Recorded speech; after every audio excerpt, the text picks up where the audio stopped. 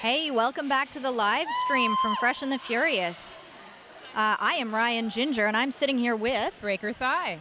Breaker Thigh. I love that name. Lovely. You can just call me Breaker. I will, Breaker.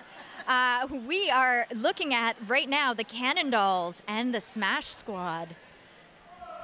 And they are just ready for the first whistle to blow. And they're off. It is a tight group right now. And some big hits happening already. Red's defense looks really good against Orange.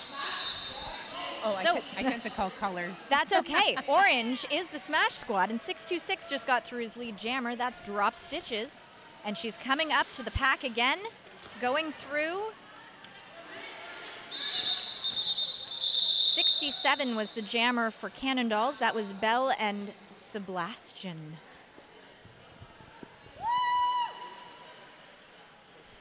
Lining up for the second jam already.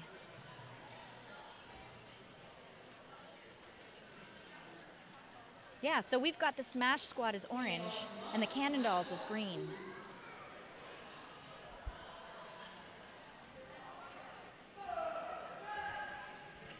Jamming for Smash Squad is Beetlejuice.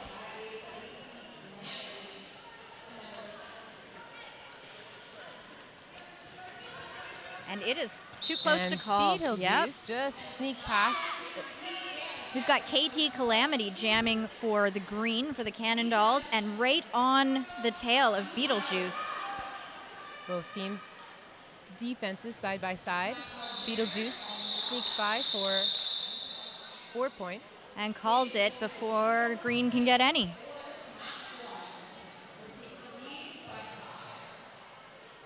We have no one in the box. Oh, no, I apologize. We have one green in the box, but standing, ready to come out. So starting a little bit short for the Cannondalls.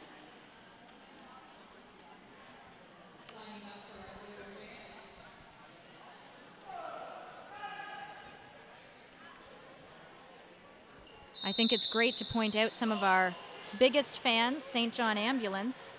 They haven't had to engage at all. They've just been enjoying Derby. It's nice when they have a boring day. It is. Looks like Jesus Rice just got out front for orange. Meanwhile, we've got number 32, David, fighting through. Just made it through. Oh. Almost an apex jump. Almost an apex jump. It's never quite executed if it's almost. Both jammers stuck behind full teams. There we go. We got Jesus Rice out front again. Lead jammer. 4 points. But David right on her tail. And the pack is moving fast. I was noticing that. Holy cow, both teams are trying to be out front and they are racing. It's hard to form a defense whenever you're going that fast. It really is. 3 points, though, for Jesus Rice. Managed to get past 3 of the other team, even though they were sprinting. When I'm jamming, I hate that. I hate skating that fast. Absolutely. It is really hard on the jammers, tires them out. The good thing is that these are just 20-minute games, so it's a little bit easier. Mind you, it is 12 hours of Derby today, so we'll see how everyone's doing at 11 o'clock tonight. Drop Stitches jamming for the Smash Squad. I can't see who the green jammer is yet. Green holding Stitches. Wow, holding well. Yeah. Oh, she fights her way through. Makes it through, but so does the green jammer, number 67. Belle and Sebastian, my bad. And they are just one right after the other here. Drop Stitches seems to get through, get her points and call it. But Belle and Sebastian was faster than she expected. It looks like, oh, no points for orange and 3 points for green. The score right now, green, the Cannondalls have 8-13 for the Smash Squad, the orange team. It looks as though green is one player down. One in the box and sitting, so they'll be there for at least another 10 seconds. Whistle's blown, and it is just another scrum. Katie Calamity coming in back behind Orange defense. And Crack and Twig for the Smash Squad as the lead jammer. Katie Calamity still having a hard time getting through. There she goes. Crack and Twig is right in the middle of the pack right now. Getting taken down by number 86, who is Jagged Little Kill. We have 2 in the sin bin now for Orange. They're down to 2 blockers.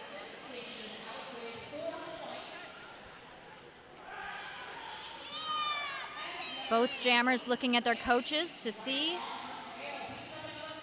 Lead jammer is checking to see if she should call it off. Coaches are telling her to get through this pack. Stopped by 72, Rosa Deadman. Meanwhile, 88 for the Cannondalls. Katie Calamity has made it through the pack. It is a tight game. Score of 16 for the Cannondalls and 17 for the Smash Squad.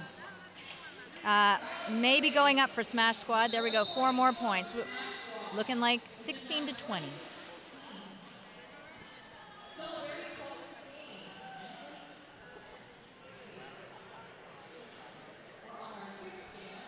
So it looks like we've got a timeout, so this is a good time for me to go through the green team, the Cannondalls. We'll give you a rundown of who we've got on the roster. We've got 101, Betty Rock. 224, Alice Malice. Number 3 is Feminist Killjoy. 32, who we've already seen jamming, David. 67, who has been, again, a great jammer, Bell and Sebastian. 68-54, Emski Hammer. 72, Rosa Deadman. 86, Jagged Little Kill. And 88, KT Calamity. On the bench, we've got K.O. Kenzie and Delicate Flower. Did you want to go through the Smash Squad? If we have time. I know, eh? How long is this timeout? Looks like it's a timeout for green. Sure, I'll go through the Smash Squad. We have 00, Crack and Twig. 1101, Sweet and Innocent. Number 22, Beetlejuice. Number 233, Fibonacci, or is it Fibonacci? Yeah, moving on. 235. Sorry, 233. Shelly. Number 43, Jesus Rice. Number 588, Raven Wrath. Number 626, Drop Stitches. 63, Dirty Plot. 689, Regretta Garbanzo. Number 707, Presto. 88, Mame Marion. Number 09, Radical Ed, and 972, Tie Punch. On the bench, we have I'm a Pyro and Artsy Choke. So in this jam, we have the Cannondalls with the lead, number 32, David. We have a panty pass. We do. I love to see that in these fresh games. So Radical Ed, number 9, who was the pivot, is now wearing the star.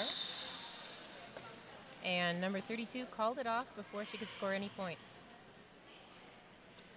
For those of you who don't know what a panty pass is, when the pivot is having a hard time to get through, or if she wants to change her strategy a little bit, she will pass her head panty, the star, to the pivot. It can only go to the pivot. That new jammer cannot have lead jam status. However, they can score points. And indeed, she was right at the pack. If she had gotten through, she would have made some points. Oh, that was a fight through, but what a fantastic drop stitches, 626, but followed closely by 67, Bell and Sebastian.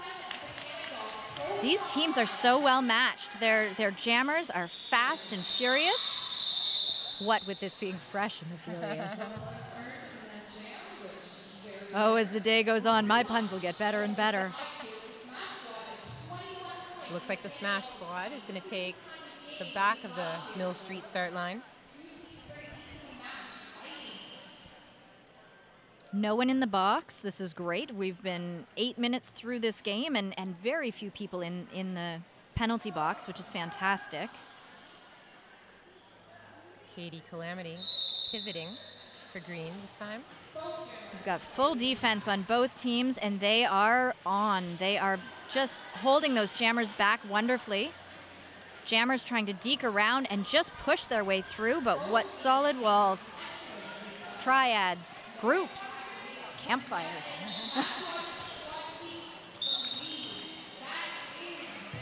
Number 22, Beetlejuice is out in the lead for the Smash Squad.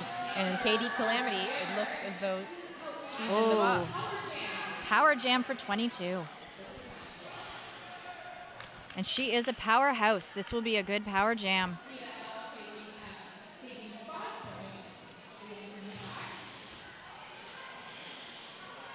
Her team's trying to help her. They're trying to do a sweep. They're close. Number 86, Jagged Little Kill, is slowing her down a little bit. There she goes. She's out. 5 points for the Smash Squad. Katie Calamity is standing. She's ready to come in and join her pack. Actually, she's jamming. Yeah. And the thing is, the pack is right at the penalty box. So this is she doesn't get a chance to build up a lot of speed or momentum. And she's splayed out on the floor. Beetlejuice is going to the penalty box. Wow, we're trading off power jam for power jam. That means no lead jammer, and this jam goes for the full 2 minutes. There's another 30 seconds left in it. So we'll see how much KT Calamity can make up from her time in the box. It is 31-20 for the Smash Squad. And KT Calamity is trying hard to score some points in this round. There she goes, 5 points. Feminist Killjoy has taken a penalty, and so has Jagged Little Kill. Katie Calamity only having 2 blockers to help her out. That's the end of it. Looks like 4 points, though, for the Cannondalls. This is bringing the score awfully close again. If we're up to date on the scoreboard, it's 28-31 for the Smash Squad. Nope, there's 29 on the Cannondalls now. 2 points between these two teams. This is a fantastic job by all the players. Now, the Cannondalls have 2 in the box right now, so their defense is too strong. Not too strong, but to the number.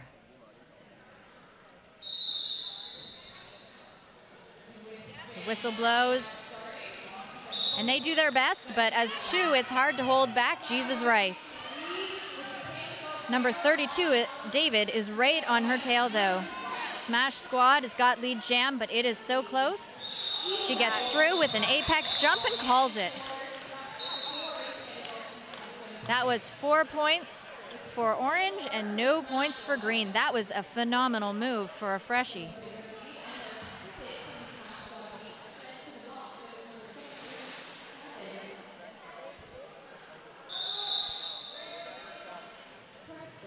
Looks like another timeout.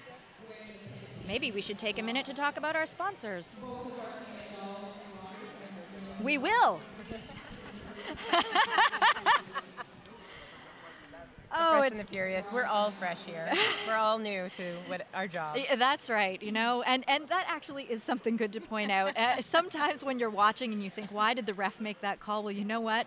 The refs are new, the announcers are new, the officials are new, and the skaters. And the NSOs, I think, are new as well. Yeah, I believe so. Hopefully, St. John Ambulance isn't new. No, that would They're trained professionals.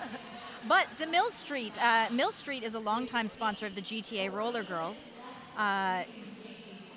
And Mill Street is on sale in both arenas. Yes. Someone did ask me that earlier. Maybe that's because it was 11 o'clock in the morning. They were like, isn't there beer here? Was it me? It was not you. Can we get some? And Layer9.ca is streaming this tournament today in both arenas. You get to hear the sultry sound of our voices thanks to Layer 9. Timeout's over. We still have 2 defense of 2 strong for the Cannondalls, and Green Jammer sneaks on by. That is number 67, Bell and Sebastian. 00, Crack and Twig is jamming for the Smash Squad.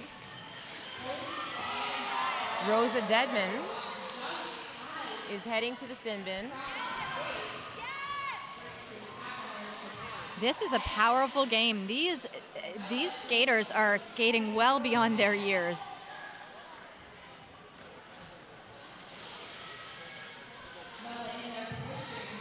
Presto trying to bring the jammer back. Belen Sebastian trying to fight her way through that pack, but boy, she is getting met with some strong resistance from 707 Presto. Belen Sebastian has just taken a penalty. That's what you want as a blocker. You want to try and force those penalties from the jammers.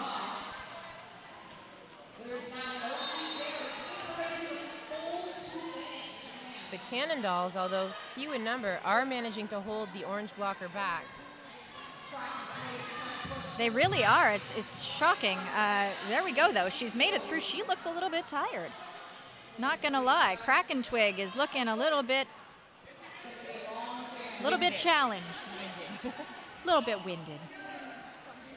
But rolling into the pack again. Oh, nice deke out. Beautiful. Gets right by the green triangle. I think Kraken Twig is got a bit of a ruse going on. She's just trying to look tired, but my goodness, that was a nice move. Belen Sebastian back out of the box, sneaks right by.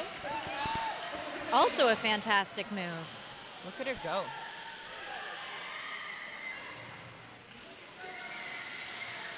Kraken Twig almost knocked out by number 86, Jagged Little Kill, but not quite.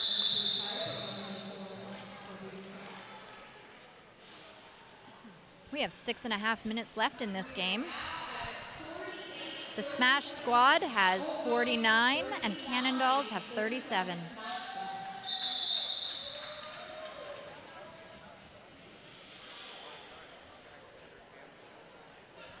There is a timeout.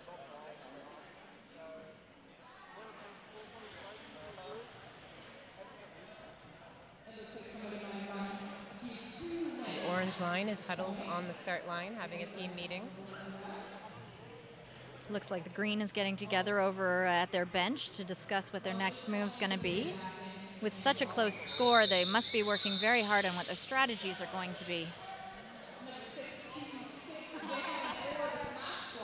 The Smash squad wants to keep their 12-point lead. The Cannondalls know it's only 12 points, and with 6 minutes left in the game, anything could happen. Drop Stitches is jamming for the Smash squad. And she... Looks like David takes lead jam. Oh, that's Drop Stitches. God, they are neck and neck. In fact, Drop Stitches is catching up with David. And oh goodness. David didn't see her. No, too late. Oh, David tries to call it, gets no points. But Drop Stitches gets 4 points. Well, you can't call it at the right time every time. That is one of the hardest parts as a jammer, is knowing when to call it. Something that that certainly you don't get every time. That's why you should always look at your coach. Coaches are pretty helpful. You know, a lot of the coaches are new too. Yeah. Yeah, there's a lot of combined teams this year, and so the coaches are just more experienced players who are trying to help out their teams, and it's actually a pretty good group of people who are playing this year. Smash Squad Jammer is having a really tough time against the Cannondalls defense.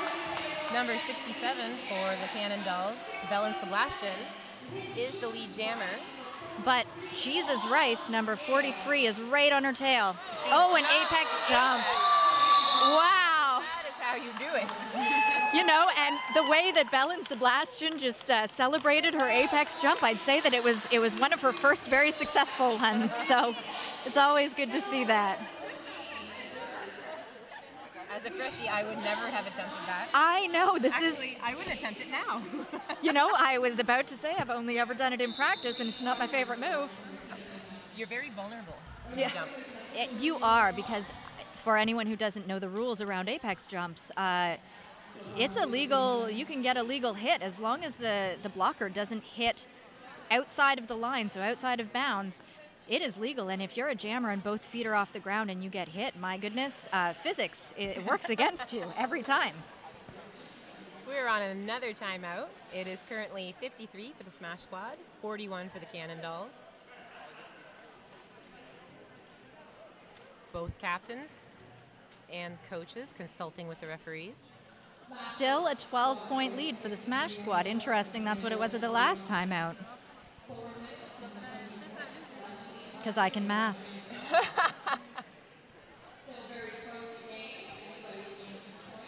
Now, these tournaments and these bouts can't happen without the generosity of our volunteers.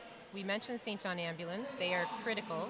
But we also have our refs, our coaches, our non-skating officials, NSOs. These are all unpaid volunteers who give up their weekends, their time to come out and work at these bouts. And all of those volunteers need to know the rules. I mean, obviously, the refs need to know the rules, but even all the NSOs, the non-skating officials, if you're working the penalty box, you need to understand how to time the penalties, when to tell the skaters to stand. We've got someone doing the timeouts here. You gotta be pointing to the right people. You need to know how long they're gonna be. So there's a lot of stuff to know, and we really do appreciate the help of everyone who makes these tournaments come together.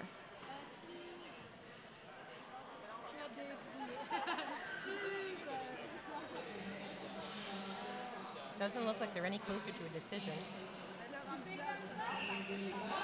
So this one was an official timeout caused by some sort of dispute in either points or a call or a penalty. We're not really sure what, but everyone is huddled together in the middle. We've got coaches and captains from both teams talking to the two refs. It looks like everyone has disbanded. I don't know if we're going to see an official response to the official review.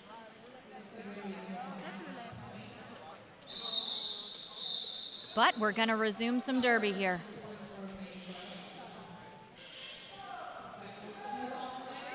Nobody's in the penalty box. Both teams have a full line. It looks like that's KT Calamity for the Cannondalls jamming, I think.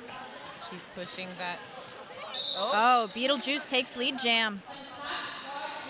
KT Calamity's right on her tail, but a lot of the jams in this game have had both jammers coming out of the pack almost at the same time. Beetlejuice calls it off in time to get her 4 points and to keep the Cannondalls from getting any. That's what you need right now, is those 4-point jams, just enough to make some distance.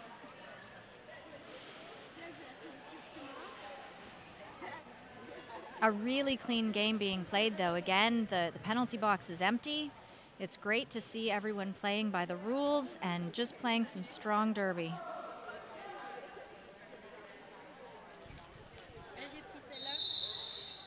The jammers are taking a low stance. We can't quite tell who's coming here. 6-2-6 for Orange. That is Drop Stitches takes lead.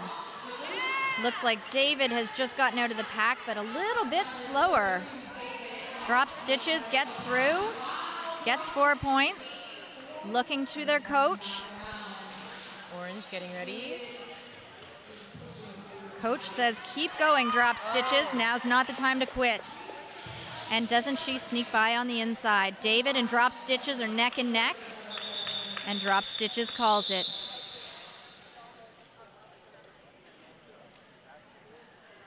The Smash squad is slowly adding distance in the score between them and the Cannondalls. It was 12, and now it's 45-65. They've widened that gap to 20.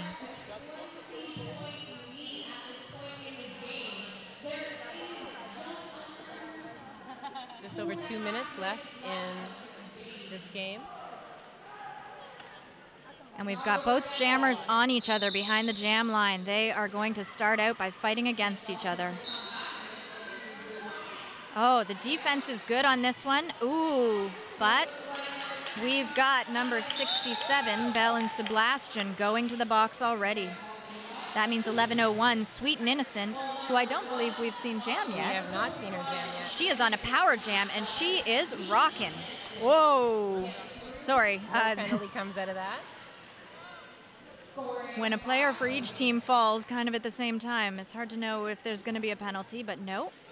There she goes, taking a deep breath, and heading back into the pack, fighting her way through. Her teammates are trying to do a sweep for her. There she goes. Sweet and Innocent makes another pass, another 5 points. And Belen Sebastian is back out on the track. No longer a power jam. Sweet and Innocent gets by, calls it off before Belen Sebastian can score any points. You know, we were just discussing how they were trying to widen the gap. That power jam really helped them widen it even further. It was, I can math this, they just got 15 points. That's right. It's 45 to 80. Smash Squad has 80. It's very good math. You know. Excellent. Yeah. I do admit I'm lazy. You know, adding and subtracting, sometimes you got to practice that. Oh, the color commentary is just going to get better as the day goes on, isn't it? That was a slow start for both teams, both jammers, waiting, taking their time, looking for their moment. This is the last jam of the game, so we're going to see who comes out on top here. Both walls. Jesus Rice. Jesus Rice pulls out his lead jammer. Number 3, Feminist Killjoy, on her first jam of the game. At this point, it just makes sense to send out some of your even newer jammers. Everyone should get some experience. That's what this tournament is all about. And Jesus Rice calls it. And that is the end of the game. Our unofficial score is 80 for Smash Squad, 45 for Cannondalls. Just waiting for that long whistle to make it official.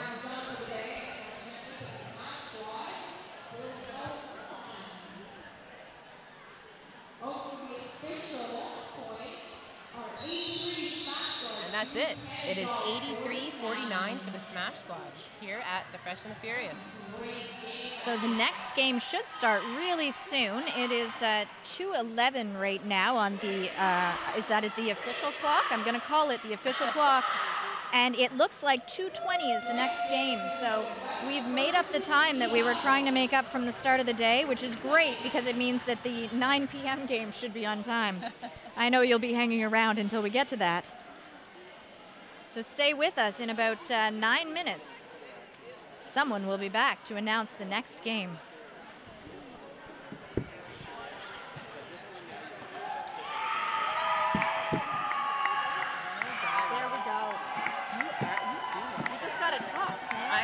I'm like, I don't know what to say. Oh my God, thank God. They're still live. Just like, don't talk right into it. I think it's okay if they're just like that far away. I'm like. So how was it? Well, I barely said anything. No, she said a lot. This was great. Okay, good. We had some funny moments.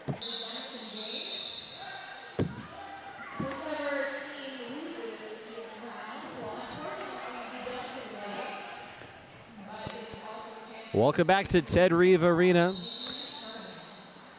Right now seeing the Deadly Viper Assassination Squad in red from Toronto Roller Derby, taking on Les Rebelles from Roller Derby Sherbrooke in black. I'm Mr. Whistler. And I'm Jax Blue. How you doing, Jax? I'm doing fantastic. How are you? I'm doing very well. Lead jammer going to Casey Jones, number 23 for Sherbrooke. Kilohertz, number 1000 for the Divas. About quarter lap behind as the pack takes shape between turns 1 and 2.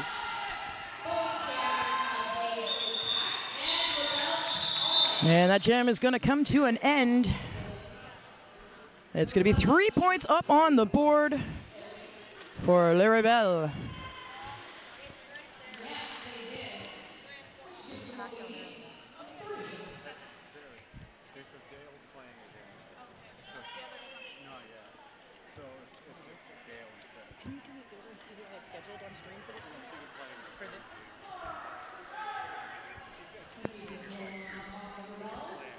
So we're just getting our ducks in a row. After one jam, Roller Derby Sherbrooke out in front 3-0, and they have lead jammer yet again as Dr. Madness. Professor Vex is the jammer for the Divas. Once again, the Divas in red, Sherbrooke in the black. Dr. Madness goes flying. That is madness. That hit from Starscream at turn 1, and the recycling happening now on Dr. Madness. Professor Vex also getting hit to the outside of the straightaway and recycled back, but Professor Vex around and through. One blocker left to beat on a scoring pass. Pack now taking shape at turn 2. Sherbrooke lining up at the back. That's where they want to be, as Dr. Madness now picking apart this Divas wall. No points for Professor Vex, and we get, looks like 3 more points come in for Sherbrooke. So after 2 jams, score is Sherbrooke 10. The Divas are at 4.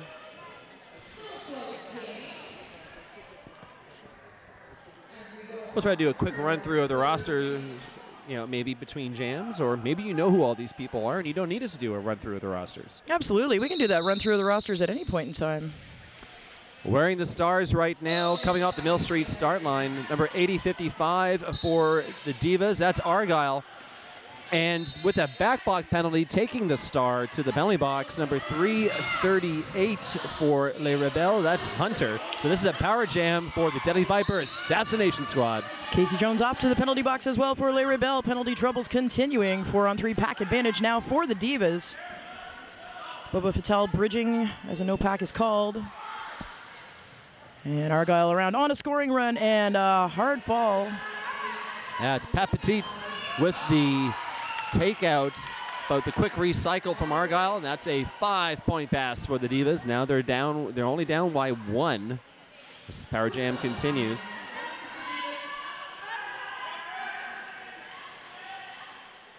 Sherbrooke taking a 3-wall up at the front, getting a bit of offense coming in for number 705, Georgia Grief. Creates enough of a disturbance in the force that Argyle able to get through on a 4-point scoring pass. Initial pass now being completed by number 338, Hunter. Argyle probably looking to hit the pack one more time, get some more points, and go for the call off. Looks to the bench, gets the nod, does the call. Another 4 points, so a 13-0 jam for the Divas. And that'll take him to a 7-point lead. Quick run through of the Divas roster. Number 1, XS. Number 1000, Kilohertz. 1013 is Virus. 12, Hellgirl. 181, Professor Vex. 1962, MC Slammer. 2442, Pikachu. 31, Helvetica. Number 6, Starscream. Number 705, Giorgio Grief. 716, Mina Von Teese. 8055, Argyle. 8084, Baba Fatale. 813, H-Bomb. And a lot of the skaters on the Divas wearing number 505. In honor of their fallen teammate Scrappy, who's unable to be here this weekend. Dr. Madness picking up lead jammer for Sherbrooke. Has about a half a track lead right now on Mina Von Teese. Pack lining up at turn 2, leaving the inside line wide open for Dr. Madness, who takes it for a 4 spot. Roster for the team in black, number 149, Pat Petit, number 23, Casey Jones, 338, Hunter, 47, Jet Rotul, 47, Cherry Bone Shaker, 49, La Pitoun, number 5, Valentine, 728, Matricule, 83, Vargas, and number 89 is, of course, Dr. Madness.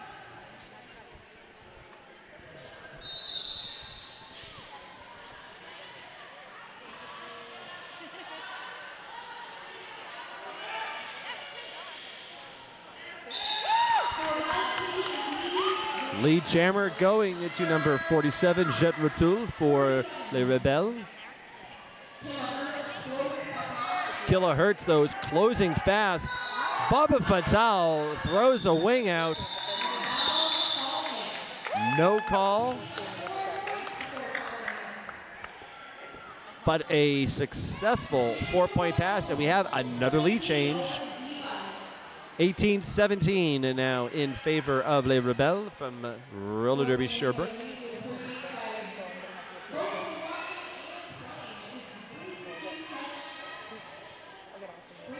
Four 3-pack advantage on this next start for the Divas.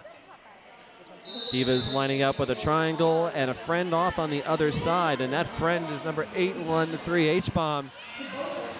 H-Brom trying to contain, now passing up to teammates. Casey Jones is still wearing the stars with some success, but it's limited as Professor Vex sneaks by on the inside, and they pick up lead jammer for the Divas.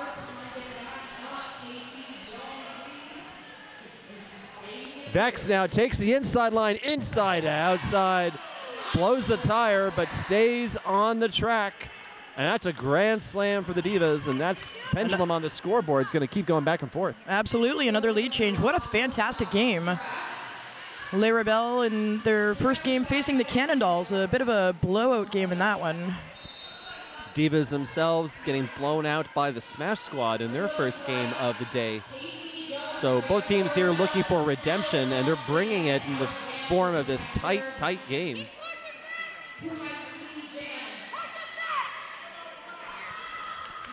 And Professor Vex doing a fantastic job keeping in the center of the track, and Professor Vex is around and through, and that is going to be another 5-point grand slam for the Divas.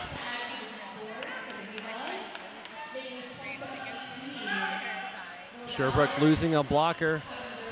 Divas coming up to run some offense, and now they're going to hold back. Vex goes down, calls the jam.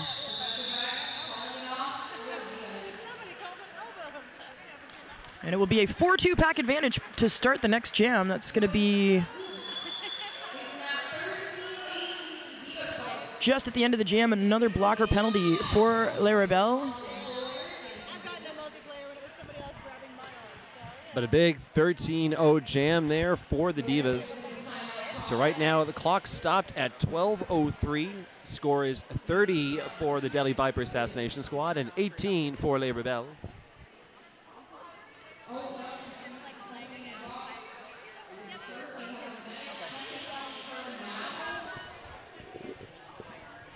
Got a handoff happening here next to me. We have a star pass happening here in the at the broadcast table as Jax is going to take their leave, and who do I have joining me now? I am Breaker Thigh. Hello, Breaker. Hello. So, Breaker, if you're just joining us, the score is 30 for the Divas and 18 for Les Rebelles from Roller Derby Sherbrooke. Yeah, we're in an official timeout that seems to be winding down.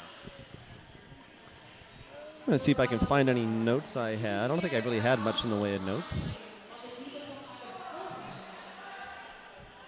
Are the Divas in red? Oh, yes. By the way, the Divas are wearing red for this game. Sherbrooke is wearing black. And coming up the inside line, straddles it and cuts the track. That's Argyle taking the star to the penalty box. So lead jammer and only jammer right now, number 89, Dr. Madness on the power jam.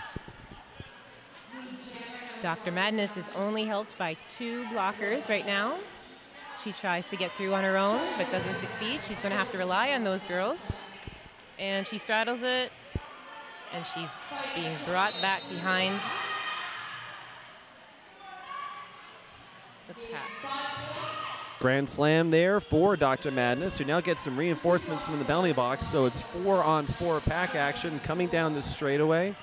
Pack almost falls apart, but quickly reforms. Bubba Fattel, last line of defense for the Divas, taking out Dr. Madness to the outside, who calls it. 4 more points are going to come in, and all of a sudden we're back to a 3-point game, 30-27 with 11 minutes left on the game clock.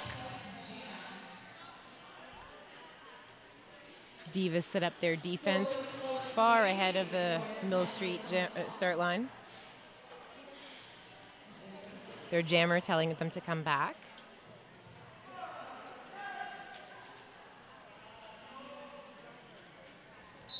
This is the first elimination game of the day, so the loser of this game on this track at Ted Reeve will be done. Mina Von Teese deciding does not want to be on that side of things, picking up lead jammer about half a track ahead of Jet Retoul. The Divas jammer calling it off just before she might have gotten a penalty for cutting. That was brilliant. Just in the nick of time. It was questionable. We're halfway through this one. 34 for the Divas, 27 for Les Rebelles. Both teams still have their 2 team timeouts that you get in the 20-minute game. Each team still has an official review at their disposal. Can't tell you much about the whiteboard because that's out of our view. But again, in these 20-minute games, you only need 4 box trips to foul out. Because I'm just joining you, has it been a clean game? There's been some penalties, although so far, up to this point in time, we've been light on the jammer penalties. Kilohertz doing a nice job there of not cutting the track. So both jammers are recycled. Baba Fatal for the Divas going to the penalty box along with number 149, Pat Petit probably. Yeah, and that time, and she knew it, the shake of self-admonishment. Kilohertz, however, Kilohertz is actually being waved back on the track. She was sure she had cut, so she just accepted it, but then the call gets overturned, so no jammer penalty to Kilohertz after all. Coming so tantalizingly close to a back block on that collision with Valentine. Lots of recycling happening here. A very environmentally friendly jam. Star is in hand now for Kilohertz. Does a star stash to get that initial pass completed. And Casey Jones for a forearm penalty, taking a seat in the penalty box. This is now a power jam for the Divas. Power jams are so important. Games are won and lost. And in a 20-minute game, more so than ever. Because there's just not enough time to recover those lost points. Indeed. Everybody lining up with the front wall of Sherbrooke skaters at turn 1. Pretty much all standing on the blue line from the hockey stripes. Kilohertz, though, getting some help from her blockers. Takes the inside line. Grand slam for the Divas. Power jam has ended. Only a handful of seconds left on the jam clock. No further points for the Divas. There were 4 in the bin, though, for Casey Jones that now get exposed. An 8-point advantage now for the Divas, 44-36.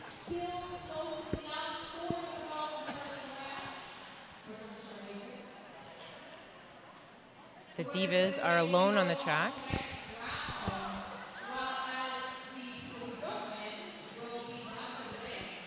We've got bench manager. The bench manager for Sherbrooke was in the middle of the track, and a little confusion from the officials about what was happening here. But we do have an official timeout being signaled by the officials, looking to see if this is going to turn into an official review, perhaps. What is the difference between an official timeout and official review? Well, an official review, and it appears that's what's being signaled. An official review is if each team, and in these abbreviated games, you only get one of them, is if a team chooses to, they want to investigate a call or a lack thereof from the previous jam, they can request a review, which basically they have to state their case. This is what we think happened in that jam. This is why we're asking you to review this. And now the officials are going to go and they're going to have a little confab over there. And now they're all going to be talking about what happened, whether it was, did you see a particular track cut, or they're disputing the number of points. And now they have to have a discussion and come to an official conclusion, deliver that information. If it's just an official timeout, that could be the officials themselves just saying, well, okay, we need to take some extra time, adjust something on the scoreboard, or we have our own thing they want to review, because officials, of course, can do their own reviews. Perhaps they see something egregious happening on the track and they need to have a discussion about whether further sanctions are warranted. They may also call an official timeout in some cases to deal with penalty box issues like, oh, we've got a bunch of people to foul out and we need someone to escort them to the locker room. Thank you. So there's way more than you needed to know about all those things. It looks like we've got Joe the Locksmith as the head official for this game, delivering the results of this review. And once that gets conferred either to our in-house announcer or comes over here to the table, we can tell all of you watching what that discussion was about and what the result was. I mean, I can tell you that, yes, there's no changes to anything on the scoreboard or to the number of bodies in the penalty box.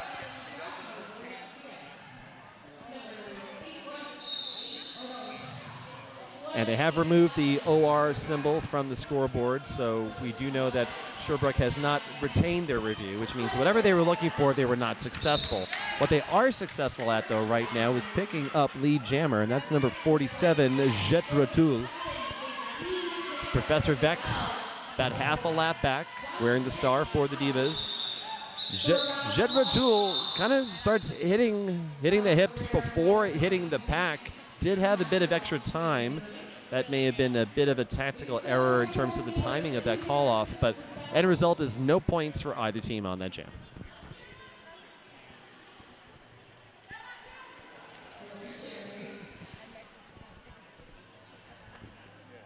The jammers are low. I can't see who's out there. Number 8055, Argui. And for the Rebelle, Dr. Madness, number 89. Argui gets past the black defense. Dr. Madness is pushed out of the track by... It's like Georgia O'Greef. Both skaters got a little tangled with their skates. Fortunate that nobody took a low blocking penalty there. Dr. Madness drawn to the back of the pack again. Still trying to push through, and she manages it on the inside line. She is not the lead jammer, so she cannot call this jam off. And now we see Argyle calling it from the outside.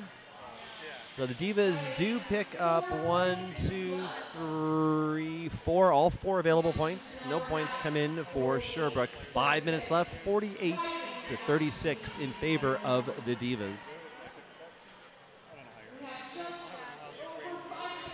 Mina Von Teese for the Divas, jamming for the Divas. Les Rebelles are setting up a... I can't see their defense. Jet Rotul, jamming for Les Rebelles.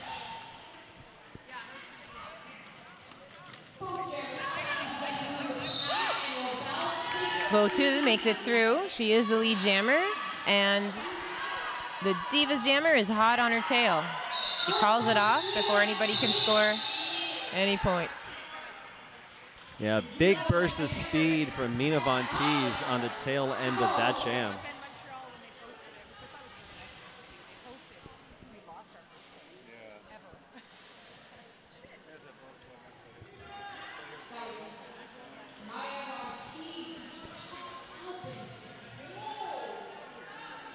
Jamming for the Divas is number 1000 kilohertz.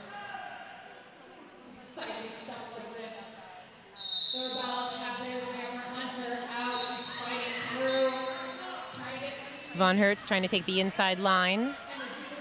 And it looks like Hunter, the Rebels jammer, is going to the box for back blocking? Yes. I'm still learning. Well done. Kilohertz now on the power jam for the Divas. Threads the needle, picks up lead.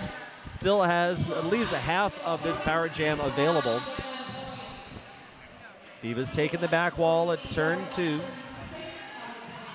Doing a bit of a conga line. Baba Fatal comes in to run some offense, followed by teammates.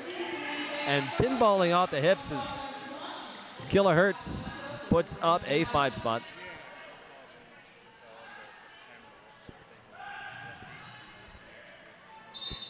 Black jammer is back on the track. She is going off for a... That would be an illegal procedure. An illegal procedure. Presumably that would be for her re-entry from the penalty box, although could not see how she re-entered from this angle, but most commonly when you see that illegal procedure hand signal right after re-entering, that's why. So power jam continues, an extended opportunity here for Kilohertz and the Divas to create a bit more space between them and Sherbrooke on the scoreboard. Hunter pushing Kilohertz out of the track. Yeah, they are really tag teaming her right now.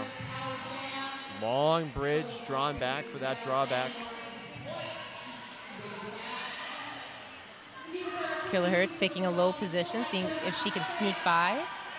She's trying each side of the track with no luck. Oh, and manages to get through to pick up, what, 4 points? 5 points. Yeah, big collision there, and you saw the jammer ref and the OPR make eye contact. You know, they were communicating on that, whether or not that was clean, and they deemed that it was. Less than 2 minutes left in this game.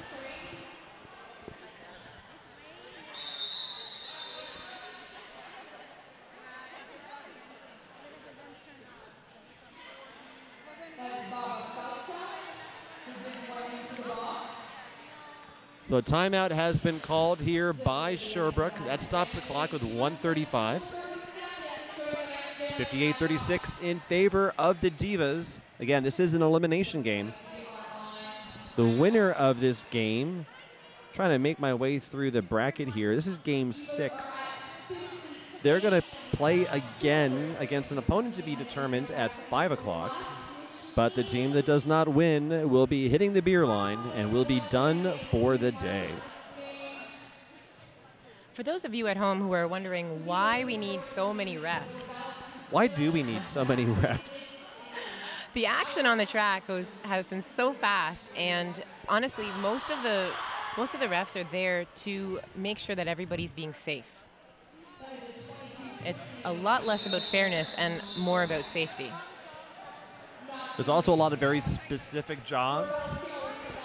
So with 2 jammer refs whose main purpose is to follow their jammers, they're tracking the points and the positioning, and of course looking for penalties within their line of vision. There are refs who watch the line to look for track cuts. Another illegal procedure called on Jet Ratul, yet again returning to the penalty box. Professor Vex is the only jammer, and they are on a power jam right now. Dr. Madness getting in front of Professor Vex. Holding them back a little bit. Professor Vex has picked up 5 points. We do have a temporary palindrome on the scoreboard, 63-36 for the Divas. I would be remiss if I did not mention that. Professor Vex is on a power jam. The Rebels jammer has stood up and is getting ready to come back into the track, onto the track. I believe we have a forearm call on one of the Sherbrooke blockers, and that's going to number 728, Metricune. Jet Ratul is back in action. And with 19 seconds left in the game, Professor Vex has called off the jam.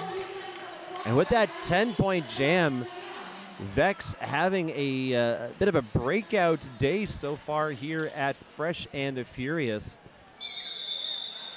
Professor Vex having seen some action at home in Toronto Roller Derby, playing for the Divas. They played earlier this year against Hammer City's Fresh Meat Squad, as well at home against from Queen City in Buffalo, New York. Toronto Roller Derby hosted their farm team, their Freshies Queen's Court. So a little bit of that experience from just a couple of months ago starting to show, I think, in some of these skaters. Clock was stopped with 3 measly seconds left on the scoreboard. Now that means that when this jam begins, it could go the whole 2 minutes, even though the time runs out. It could. It could indeed.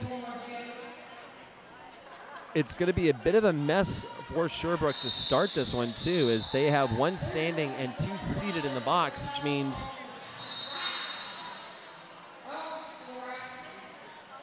they have 1 measly blocker on the track, and she's not measly at all. She's been a force all day, but number 23, Casey Jones, left on her lonesome. She's lining up out by the pivot line. Divas have a full complement of blockers out there, and they're lined up pretty much right at the Mill Street start line. most likely what will happen is the Divas jammer will make it through, and then she'll call that jam off as soon as the time is up.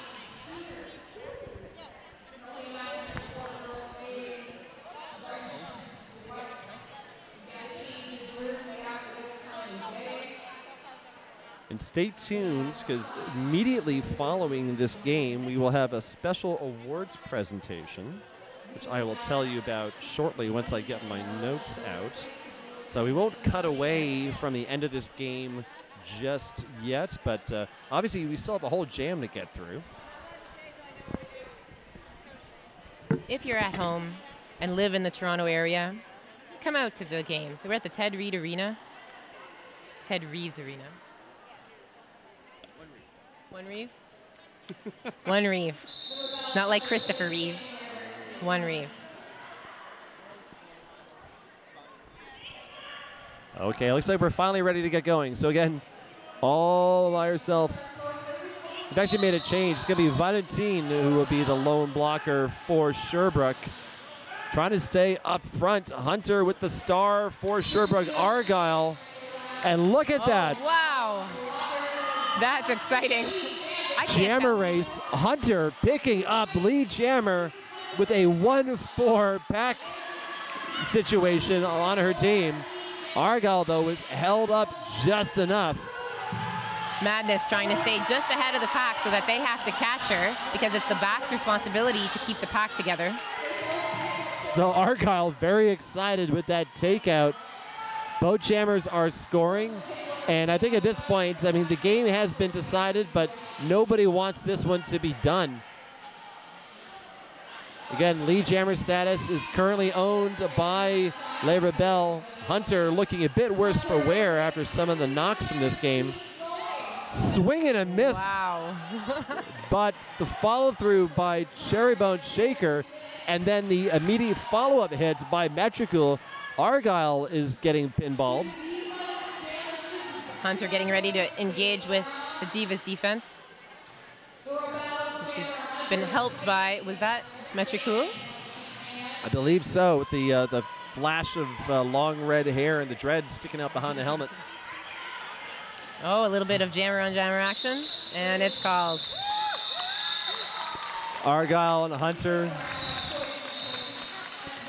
embracing a bit on the track, but a big finish there for the Divas as that jam goes 16-12. And unless something changes, I have to tell you that this game will also end in palindromic fashion. 84-48 is the unofficial final. And as soon as we hear that long whistle, there it is. There it is. It does not mean a train's coming. It means that's going in the books. So the Divas will advance courtesy of an 84-48 victory. So Sherbrooke is done for the day. They can hit the beer line. The Divas will now go on to play again at 5 p.m. And they will be playing the loser of the next game. And I do not have those opponents at my disposal, to be honest. Party is one of them. Party is the Peterborough area roller derby. And is this Ganaraska? No, it's not. It's. They play one of these two. Oh. I didn't see that. So I don't want to tell you who's playing because we'll find out soon enough.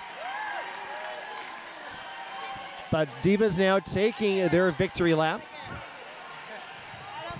And as soon as these victory laps are done, there will be an award presentation. I'm going to tell you a bit about this, courtesy of the write-up in the event program.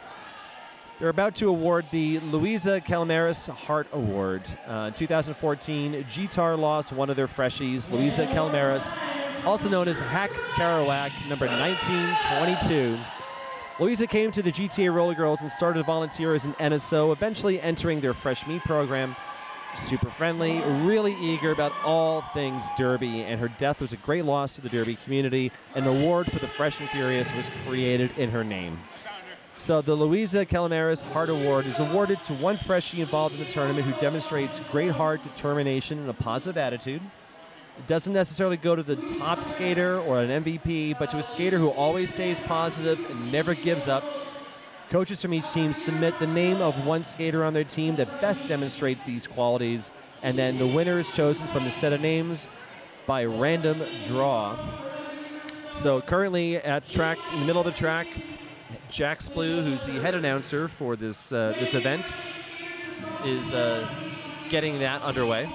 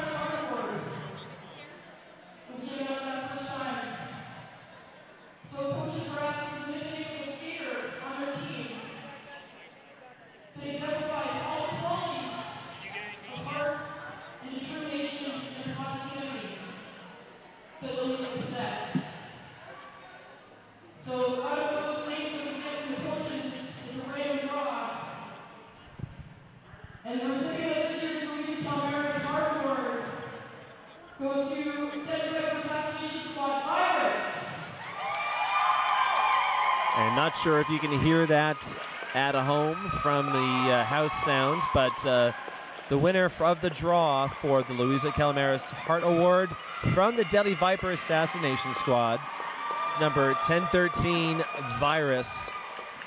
It's a great tradition here at the Fresh and Furious Award. She's taking her bows at the center of the track. As mentioned, this is a random draw, but it's a draw of names of people who all exemplify that spirit and that heart on their teams. So all the people that were submitted, I'm sure, are wonderful members of their local communities. As noted, though, it's not necessarily an MVP award. We do that separately, and that'll happen at the end of the day. There will be separate MVP awards. So if you're watching at home, start taking notes, maybe place some bets, not that we encourage gambling. See who you may consider for your MVPs. And if you're enjoying your Fresh and the Furious experience, you can hashtag, tweet and Instagram FNF 2016 if you're here or if you're at home watching. Show your colors, show your spirit, and hashtag FNF 2016.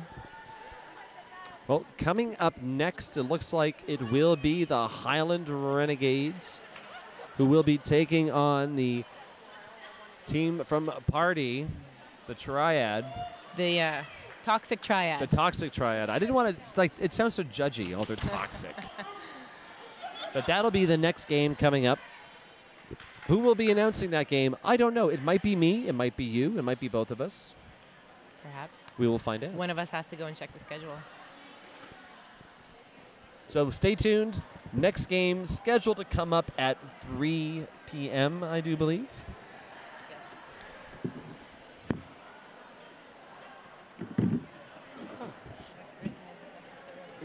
Exactly.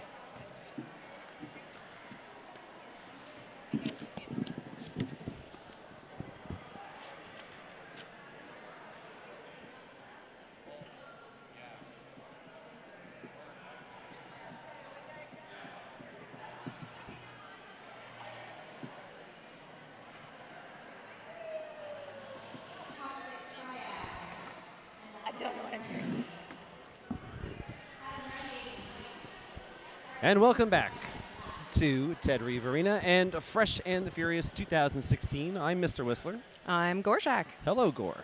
Hello, Mr. Whistler. So this game is not an elimination game. Both teams won their opening games this morning, or actually early this afternoon, I should say. Party defeating Ganaraska, and the Highland Renegades defeating the Derby Debutantes. So the winner of this will advance further, but the losing team does get another shot. Hooray for double elimination. Yeah. So actually the loser of this game will face the Divas, who just won their second chance.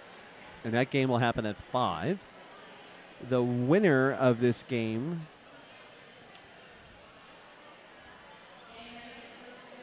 trying to find this one on the schedule. Oh, they play at 6:20 this evening. So the bracket does some funny little things. We'll do a quick roster run through, in between jams.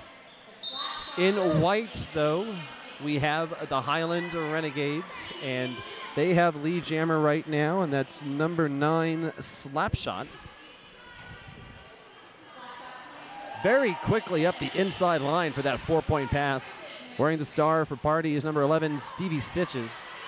Stevie Stitches getting through now, getting 4 points. And she's just sneaking in and out on those insides and outsides, taking them like they're nothing at all. Slapshot just eking by so easily. And I apologize, there was no lead jammer actually awarded, so this one will run the full 2 minutes. Nope, there was a Slapshot got lead it. jammer. See, I was sure that it happened. It did not appear on the scoreboard, so I doubted what my own eyes had seen. They like to keep us on our toes. Yes, they are. They're doing that, and good eyes, Gore, for picking up on that. So net result there, 12-8 advantage for the Highland Renegades. Their roster, number 29, Mountain Douche, 313, Scarlucci, number 4, Poison Ivy, 42, Carantula, number 53, Legendary, number 6, Brenema, number 69, Rebel Riot, 7, Makimona, 79, Miss Scarier, 795, Valhalla, 80, Genitalia, 8008, Broomkill to 86, Ali Capone, and number 9 is Slapshot. The Highland Renegades getting lead again. Number 80, Genitalia, is their jammer getting lead. And the communication there took a little while, but a back blocking penalty was leveled to the Party jammer. And I believe that was Intoxicate. So this is a power jam for the Highland Renegades, and just like that, they've got a grand slam.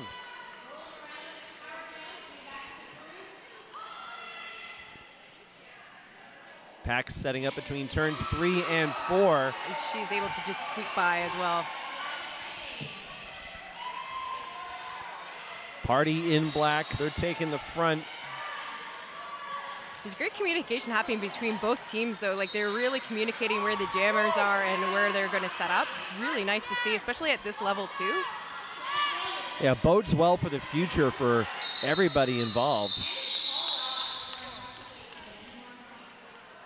Bit of a late call up there. We did get a grand slam in there for Toxic Triad. But 13 points, the Highland Renegades, and they're up 25-13. Party roster, number 10, Lady Macbeth. 11 is Stevie Stitches. 11:01, Hits and Bites. 13:07, Skittles. Number 18, Red Bandit, as an official timeout is signaled. Number 25, Intoxicate. 26, Guinevere. Number 27, Saul Good. 416, Less Mercy. Number 666, Babraham Lincoln. Number 87, Ivy. 93, Tequila. And number 97, Catalina Wine Mixer. Also, 922, Rue is on this roster. Earlier today, both Babraham Lincoln and Catalina Wine Mixer playing their first games ever. Amazing. So you see lots of debuts at a tournament such as this. It's a heck of a way to debut as well when you're just thrown in the thick of a tournament. Like, here you are. This is roller derby. Enjoy. Yeah. You'll figure it out. It'll be fine. Now we've got bench staff from both teams at the center of the track. Have not seen an official review being signaled, but we do have a bit of a conference now happening from the team in stripes as the Dazzle goes into its protective stance. As they do. As they do.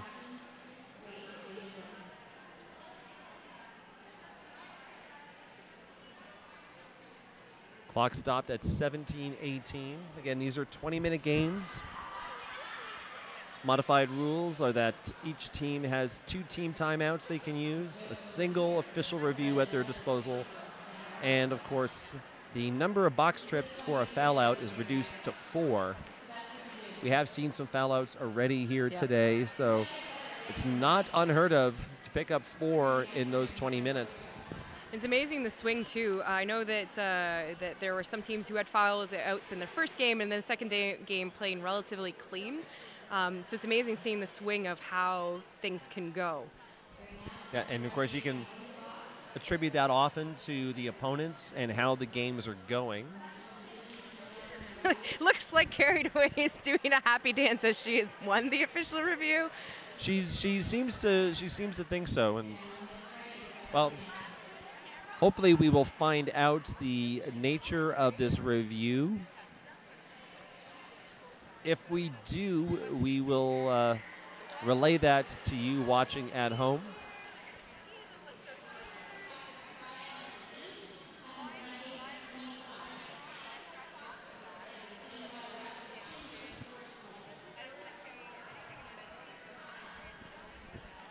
I like their dedication to lining up and maintaining their situation on the track. They're not giving up their spots at all. No, it's like, we don't care how long this OR takes, so we're going to be ready for it once it gets going. This is our spot.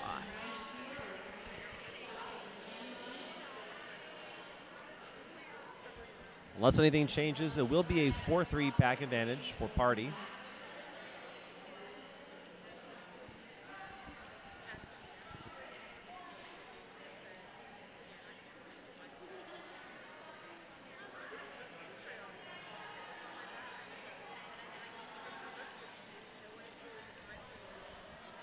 Extended discussion happening.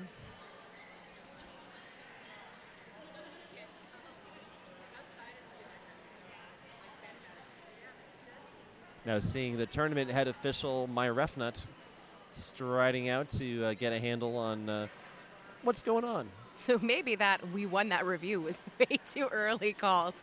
It may have been premature.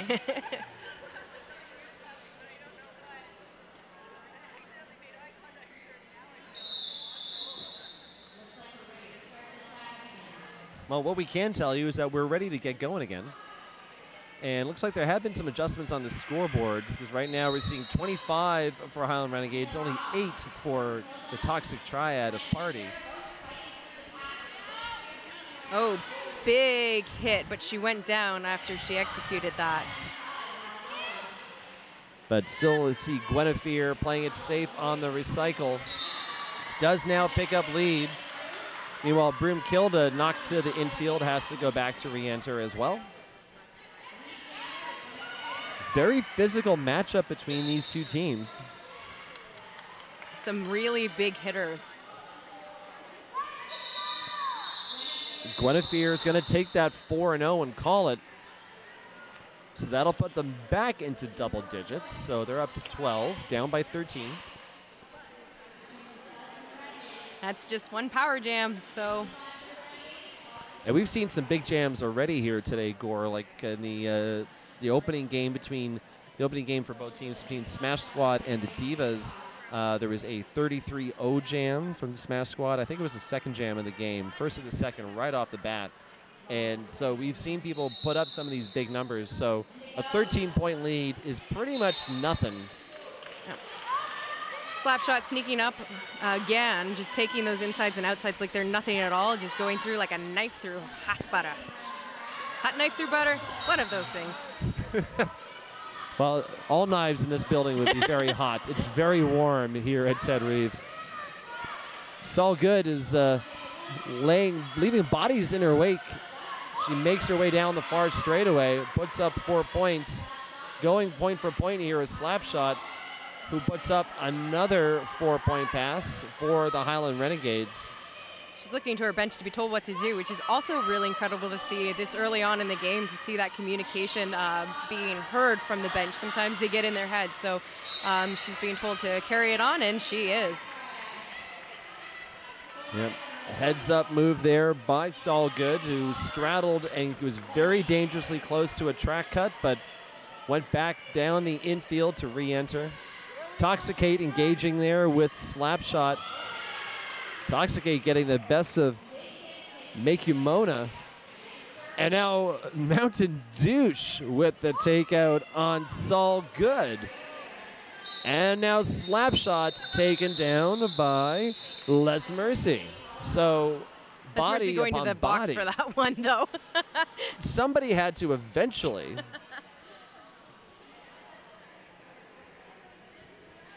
And as the points get tallied, it's a 6-point advantage on the jam for the Highland Renegades. They're up 42, Toxic Triad 23. We still have a whole lot of derby left in this short game, so over 14 minutes worth. Each team will start this one with a blocker in the box.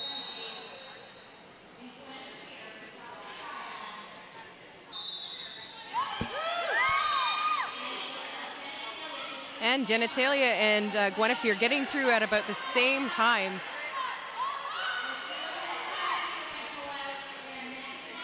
But Genitalia is the one with the lead status. Guinevere, again, leaving bodies in her wake. Not all of them, though, were things that she did, to be fair. But lots of contact with the floor happening right now. Another tumble happening at turn 3. Not seeing a lot of cohesive defense happening here, but there's so much turmoil happening in the pack. Can't fault either team for that right now. Highland Renegades left with one blocker left on the track. But two more joiner. Two more? Nope, that was a jammer. You're welcome. They're all going. So yeah, there will be 2 of the Highland Renegades in the box to start the next jam. 50-33 is their lead, but they have a pack deficit 2-4. Party lining up at the front. We got a bit of a knot happening there in the middle. So now Highland Renegades going to say, no, we're going to put our 2 only blockers up at the front.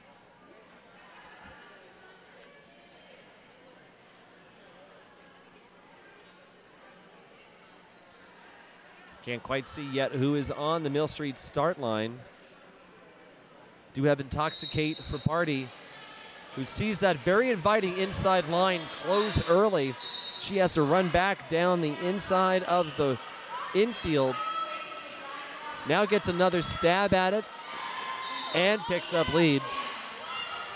Broomkilda trying really hard to take that inside as well and is just not having a good time trying to fight off Red Bandit, who is ending up going to the box anyway.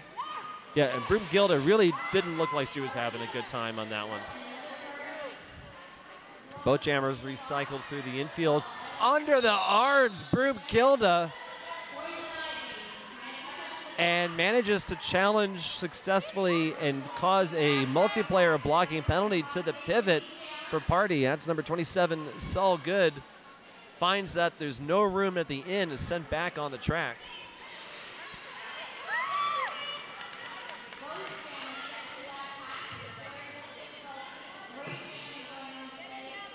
Both jammers scoring, both of them picking up 4 spots on that pass. They come in around the same time, but Broomkilda emerges first. Toxicate, how many points, if any, on this pass? Looks like 3? 3. So down to a single-digit game here. Toxic Triad at 45 points. Highland Renegades at 58, and Party is going to call a team timeout. That'll freeze the clock at 10:55. Looks like an official review with the captains and coaches going to the center.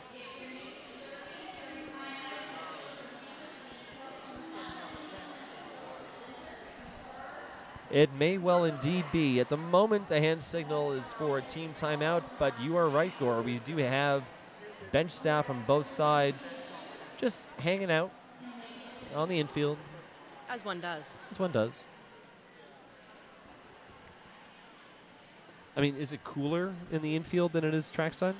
Well, it is because you're not around all those sweaty bodies. So, yeah. Looks like Intoxicate is heading to the penalty box. Mm-hmm.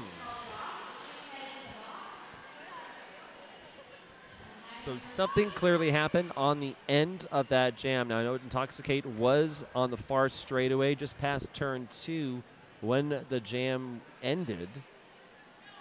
Did not see what the infraction may have been.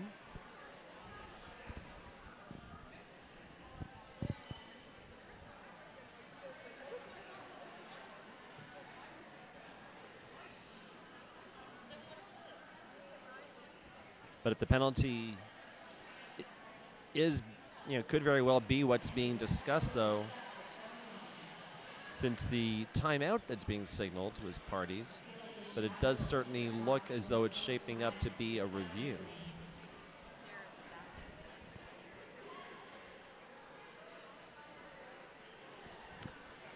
We'd like to take this opportunity to thank St. John's Ambulance for providing medical staff all day in both rinks, both here and in the bubble next door.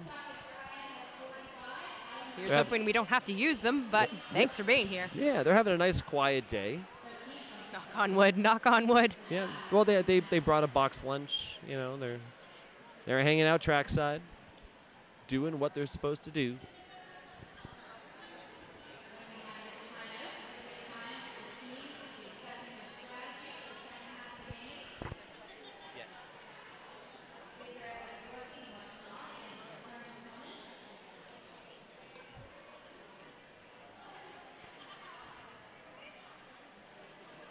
Next game coming up here on the Ted Reeve track will be at 3:40.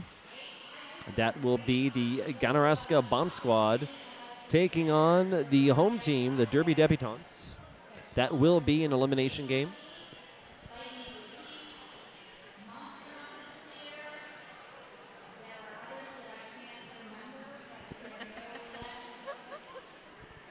That's like me. They're doing great.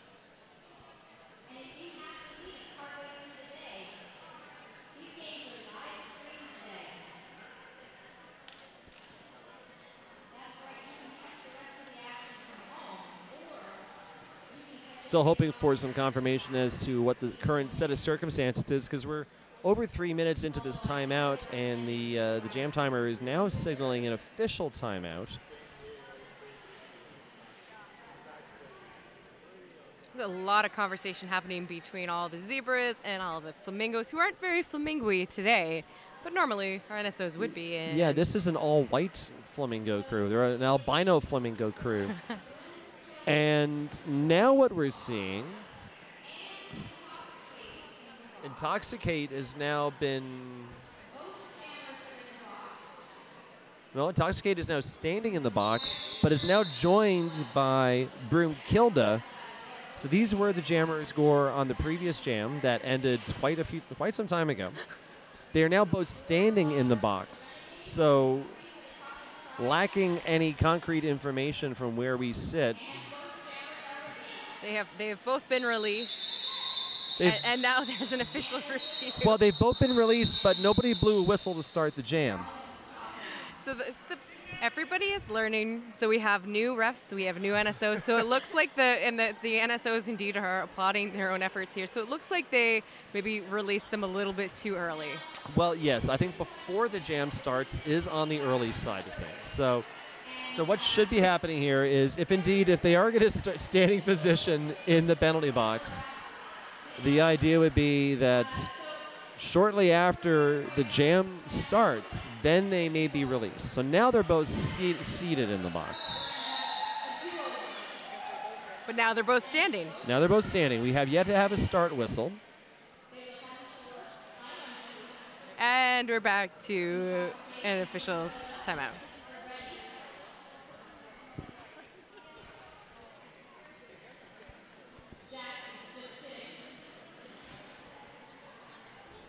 Okay, so we do have both jammers standing in the box so far. And that's Broomkilda and Intoxicate.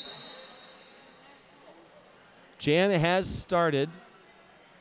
And nobody's skating because they're waiting for the jammers to be released. 10 seconds into the jam. Now they're released. And they're free. All right, so this is one of those times where it'd be great if we gave a microphone to the head referee, but Intoxicate picking up lead jammer, Broomkilda, about a quarter lap back. Intoxicate, though we've seen, has a lot of speed. Party with there's a 3-3 pack right now. Intoxicate, though, splitting it all apart. Makes short work of it. But Broomkilda able to pick up 4 points. So all that work, all that nuttiness And we just had ourselves a 4-4 jam. She's still skating, but is having a grand time. Yeah, her laces are undone too, so she may want to watch that one. Now Intoxicate being sent back to the penalty box after the jam. It seems that people are confused as to whether or not the jam is still on. So we've got somebody going on misconduct for contact before the whistle. So we've got 2 jammers, 3. They've now sent 2 more blockers from the Highland Renegades to the box. I'm looking forward to watching this one later on layer9.ca, which you all can too. I understand we have PVR or DVR capabilities, however you'd like to term it. You can scroll back and forth during the live stream. And of course, these games will be archived later on layer9.ca for repeated viewing and enjoyment.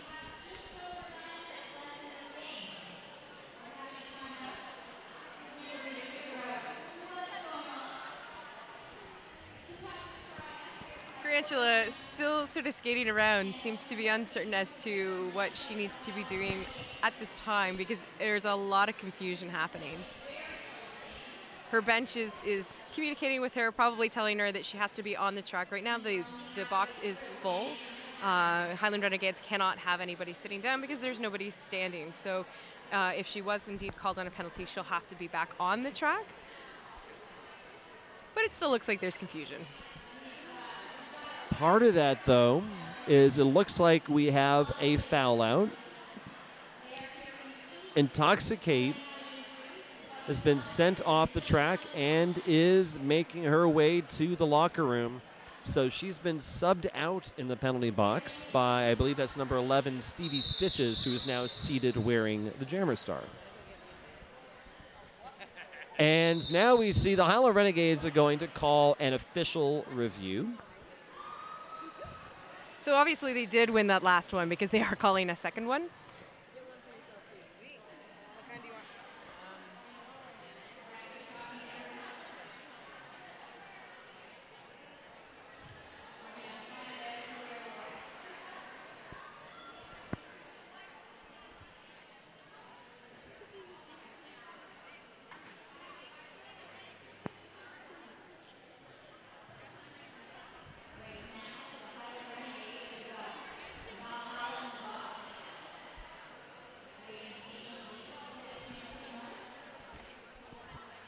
What we can tell you, the clock has been stopped at 9:16. This we can confirm. This is confirmed. The Highland Renegades have 62 points. Party's Toxic Triad has 49. We're now seeing the scoreboard's been, some updates have happened. So they have removed the OR symbol on the party side, and the one on the Highland Renegade side is flashing. So yes, this is their review. So perhaps what Carried Away was mouthing at us earlier was that maybe Party had called the review earlier, which we didn't know because we didn't see a signal, but it ended in her favor, her team's favor. So it wasn't that she won it, is that she didn't lose it. Nothing wrong with that at all. Right, we can say that.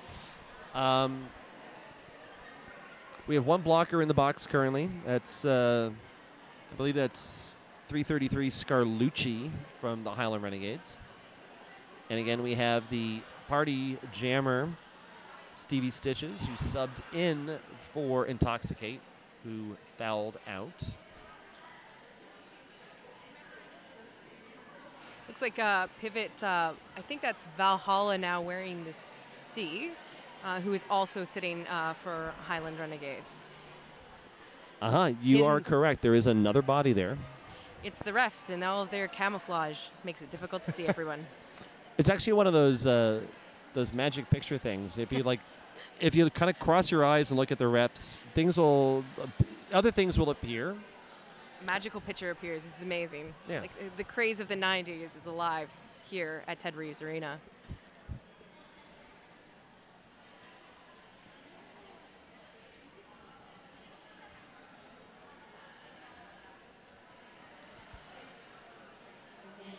Looks like Jax is having a grand old conversation too with the penalty box staff. Well, yeah, and Jax, of course, head announcer for this weekend here, or this day. It's not even a whole weekend. It just feels like a whole weekend, all crammed into one day. Jax is also part of the coaching staff for Party. So right now he's kind of serving in the traditional or semi-traditional third base role over at Turn 3.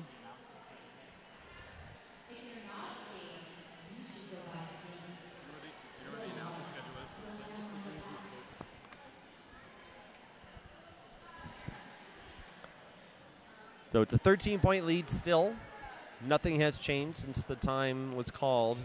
We're at the 5-minute mark of this timeout.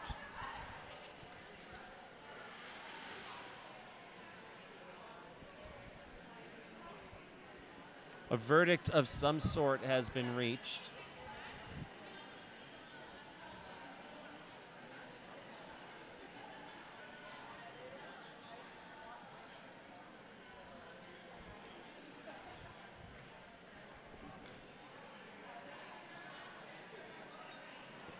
More helmet covers are being exchanged. And now number 27, Saul Good, is taking the pivot stripe to the penalty box.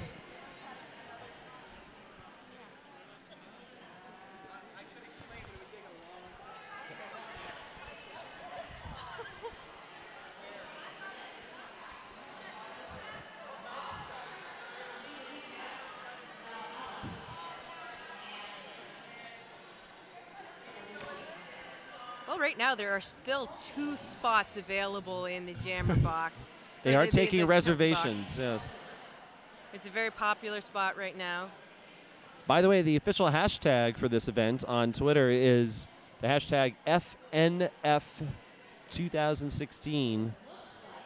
Be sure to check in on the Twitters. Let everyone know what's going on. You may have a different viewpoint from where you are watching at home because we have a static position here at turn 1 of the track. We don't have monitors, unfortunately, for this setup.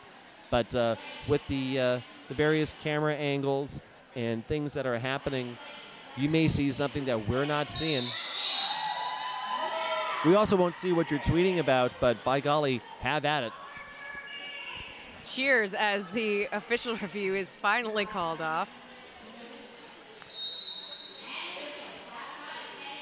So after 7 minutes, the score remains 62-49. The Highland Renegades on a power jam. Slap shot very quickly, picking up lead jammer. It's a 3-2 back advantage for Party. Highland Renegades setting up the bookends, and then very quick sweep coming over. Really nicely done. Yeah, that was legendary, that particular takeout. And again, just clearing that inside and keeping those blockers distracted.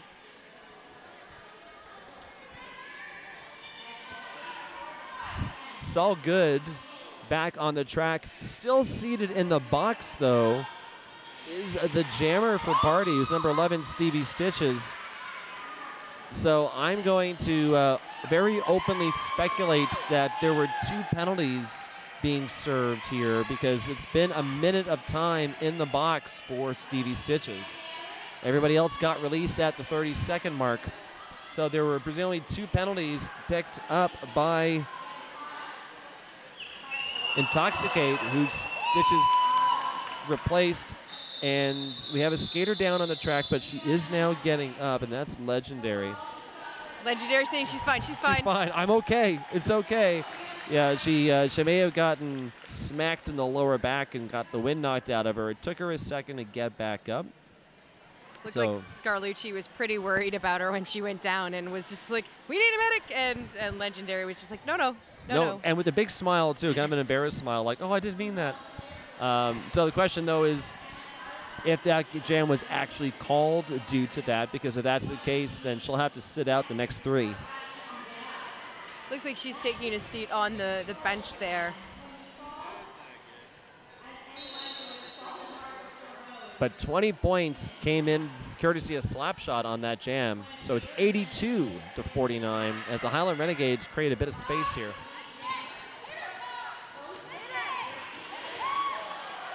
almost a souvenir trackside there as number 80, Genitalia, gets launched almost through the ref lane.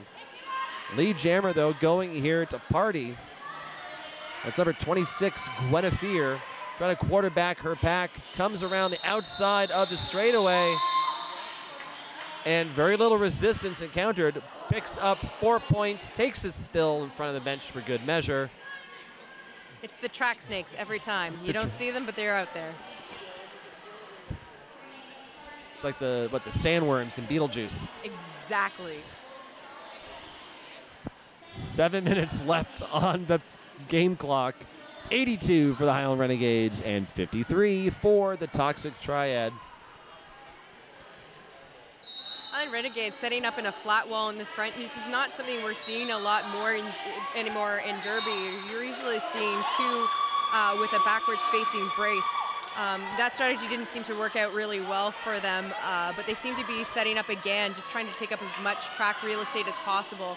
I think they recognize that they're having issues closing those insides and outsides, and they're trying to compensate for that, but it's just not seeming to work well for them.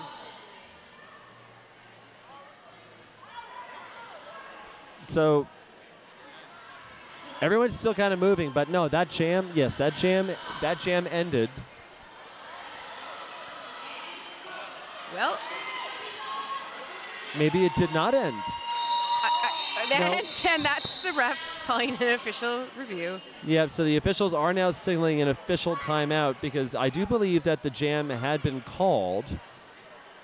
The jam had been called by, I believe, Saul Good, who was the jammer for a party. And then around the same time, we saw Broomkilda take the star off to the penalty box. Sorry, she did not take the star off. She went off, went to the penalty box. So I think there was some confusion amongst some of the skaters as to who is in control of what. So we're going to have another official review. Clock is stopped at 5:31.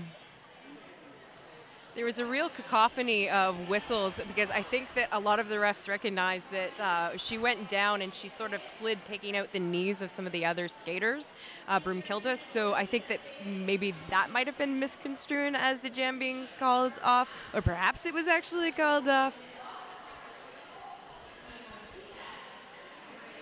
I'm going to just go with aliens. That's a good answer.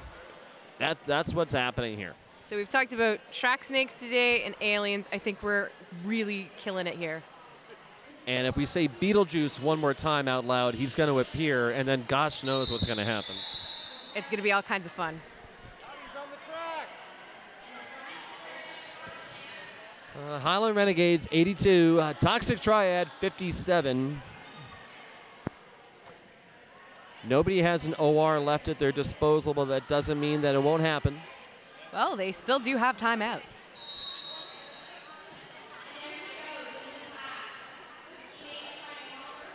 Jam is underway.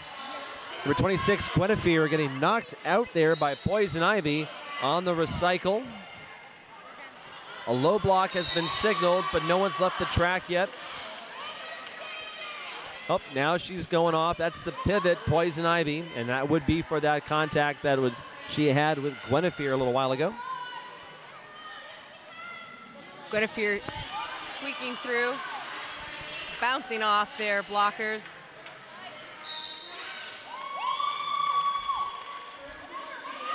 Pack penalty being issued, number 11, Stevie Stitches. Broomkilda getting through on the initial pass, and Guinevere is going to call it. Going to get a few more points. This still remains a very close game. 65 on the board for Toxic Triad, 82 for Highland Renegades. Again, that is one power jam. Just got an update over in the bubble. Game that just ended. Roller Derby Quebec taking a narrow 4-point victory in a nail-biter, 46-42 over Hammer City. Oh, slap shot, doing all sorts of fancy footwork. Keeps it clean, but has to recycle, and that's going to allow Rue to pick up lead jammer for Party. Haven't seen a lot of Rue in this game with the star, but they have to mix things up. Now they've lost Intoxicate.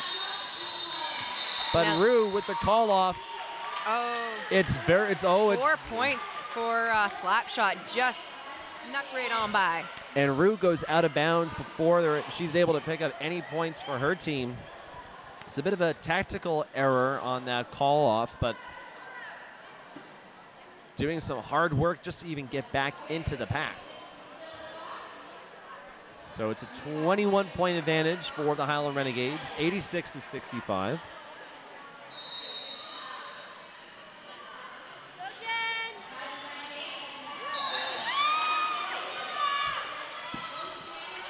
Genitalia getting out, picking up lead jammer status. Guinevere right on her heels. Seeing some more traditional bracing happening here as both teams with their triangles weather the storm's varying levels of success, but ultimately both jammers break out. Both jammers pick up 4 points. Failure to reform being issued to number 313, Scarlucci. Probably the most heartbreaking of penalties because you are literally not playing derby and getting a penalty for it. Well, anytime you're given a penalty where the first word you hear is failure, that's one of those that doesn't feel good to get, of course. It's heartbreaking. Grand Slam coming in for the Toxic Triad. Guinevere blows a tire, but back up. Has about 20 feet or so to spare on Genitalia. Stevie Stitches and Lady Macbeth heading to the penalty box. Looks like both of them are going to have a seat with the blocker in the box standing. We briefly had not a single Party blocker on the track. Guinevere just looking beat at this stage, but unwilling to give it up. We're sitting at 83 for Toxic Triad. Highland Renegades rather, sitting at 99. You can just see that Guinevere just looks just whipped. Like that is. Neither one of these jammers really able to give it right now. Grand Slam for Guinevere. Both jammer refs following the same jammer very briefly.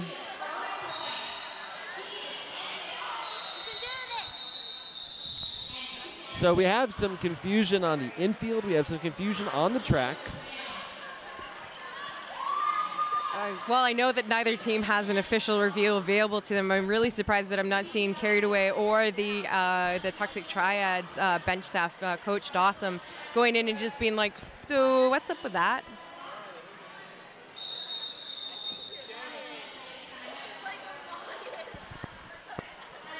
If I could call an official review, I probably would. Clearly it doesn't work when I do it from my position, but I have questions. So many questions. It looks so like many questions. Looks like the refs do too. Looks like somebody may have fouled out as well. So it looks like this is yet another official timeout this time. See, that's where the sponsors should be. You should be sponsoring the official timeouts. That's where the money is in this game. Because so rarely do we have people on the Mill Street start line to start a jam in this game. That's kind of what we're learning here. It's been a bit of a challenge for these two teams. Now we are seeing some adjustments happening on the scoreboard. Is getting to the bottom of a few things. We have one skater, that'd be Stevie Stitches, being escorted from the playing area. Looks like Hits and Bites also is reporting to the box, but there's no place for her to sit, so I'm not exactly sure why she's reporting. And again, this is the situation where if a penalty has been assessed, she just needs to stay on the track and skate that next jam. She'll be told to report to the box once there is a free spot available, but now she's joining the bench. So again, this is... Well, at the moment, Party doesn't have anybody on the track. They don't have a jammer or the two potential blockers out there. So, oh, Red Bandit jamming. Yeah, looks like it. And they're going to send a Hits and Bites and Skittles. Skittles is wearing the pivot stripe. Slapshot wearing the star for the Highland Renegades. This could be the final jam. 20-point lead now for the Highland Renegades, 107-87. And we have to see what the electrifying conclusion for this one turns into. Slapshot picking up lead. Red Bandit has some room to catch up. Broom killed it out this time as a blocker. She's mostly been out as a jammer, so this is an interesting sort of change. Yeah, and they've got Legendary wearing the pivot stripe who had it on her in the box. 15 seconds left on the period clock, minute and a half roughly on the jam clock. Highland Renegades do have lead, so if Slapshot can skate this out clean, they're about to be able to call it.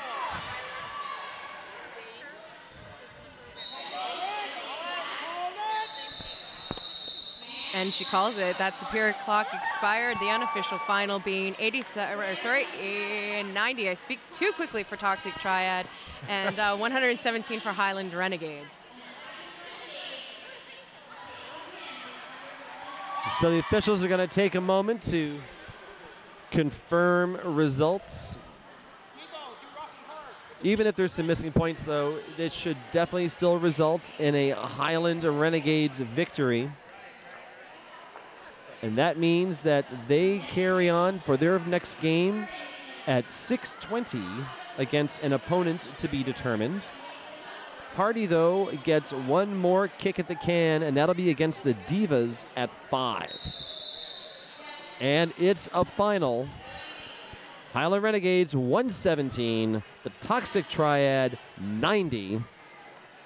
The 3:40 matchup between Ganaraska and the Derby Debutantes, of course, will start a bit behind schedule because it's now 3:43. It's all those reviews.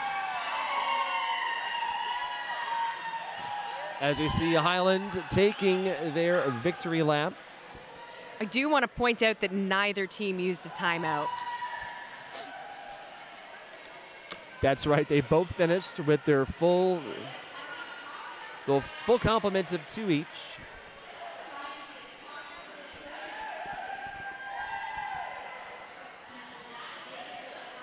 And now we're seeing Team Party, the Toxic Triad, completing their post-game lap.